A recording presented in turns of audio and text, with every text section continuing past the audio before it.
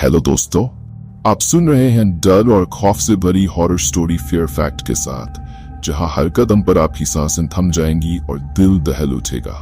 तो चलिए एक खौफनाक कहानी की शुरुआत करते हैं। ये कहानी एक छोटे से गांव की है जिसका नाम था चंद्रपुर। गांव के पास एक घना जंगल था जिसे लोग भूतों का जंगल कहते थे।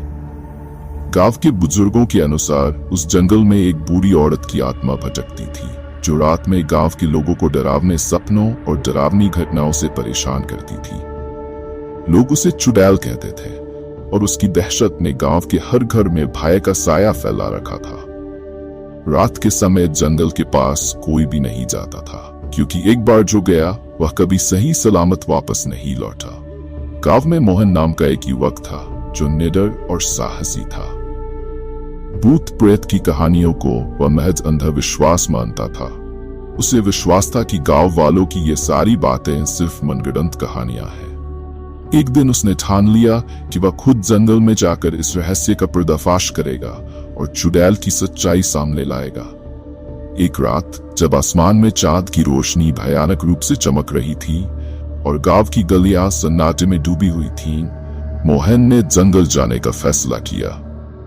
उसके कुछ दोस्तों ने उसे रोकने की कोशिश की, लेकिन मोहन ने उनकी बातों को हंसते हुए नकार दिया। वह एक टॉर्च और लकड़ी की लाठी लेकर निकल पड़ा, मानो वह किसी खतरनाक मिशन पर जा रहा हो। जैसे ही वह जंगल के करीब पहुंचा, अचानक हवा में एक अजीब सी ठंडक फैल गई। पेड़ों की पत्तियां एक डरावनी सरसराहट करने लगीं और एक भारी भयानक सन्नाटा छा गया। मोहन के दिल की धड़कन तेज हो गई, लेकिन उसने अपनी हिम्मत को संभाला और आगे बढ़ा। कुछ ही दूर चलने के बाद मोहन ने देखा कि एक बूढ़ी औरत उसकी तरफ धीरे धीरे बढ़ रही है। उसके लंबे बिखरे बाल और सफेद चिथड़े जैसे कपड़े उसे और भी भयावह बना रहे थे। उसकी आंखें चमक रही थीं और उसके होंठों पर एक डरावनी भयंकर मुस्कान थी। मोहन का दिल जोर से धड़कने लगा। उसकी टॉर्च की रोशनी उस औरत के चेहरे पर पड़ी और उसके होंठों से धीमी डरावनी हंसी सुनाई दी। मोहन के हाथ पैर सुन्न होने लगे, फिर भी उसने हिम्मत जुटाई और कहा, तुम कौन हो? क्या तुम वही चुड़ैल हो जिसके बारे में गांव में बातें होती हैं? बूढ़ी औरत कुछ नहीं बोली। उसने सिर्फ अपनी खौफनाक मुस्कान के साथ मोहन की तरफ बढ़ना शुरू किया। उसकी आंखें जैसे मोहन की आत्मा में झांक रही थीं। अचानक उसने मोहन के कान के पास जाकर धीमे स्वर में कहा, तुमने मुझे बुलाया, अब मैं तुम्हारे साथ रहूंगी हमेशा। यह सुनते ही मोहन का खून जम गया। उसके हाथ कांपने लगे।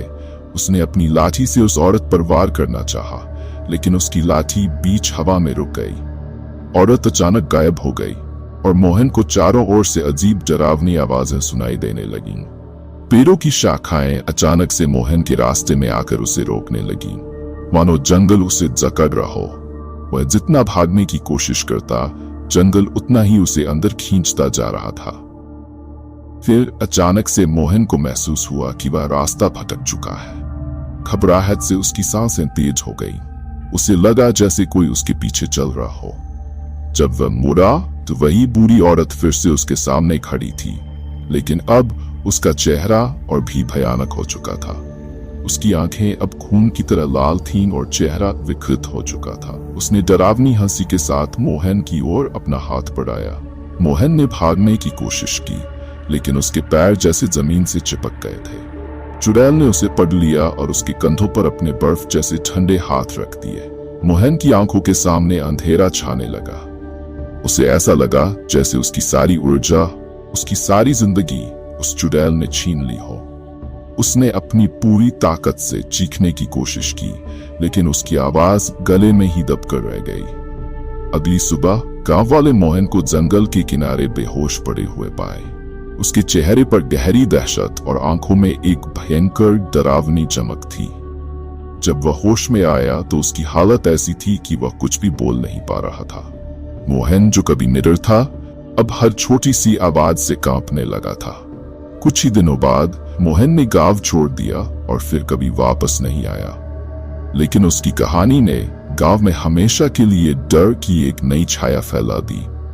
अब गांव वाले कहते हैं कि अगर कोई उस जंगल में जाता है तो वह चुड़ैल आज भी उसकी आत्मा को पकड़ने के लिए इंतजार करती है।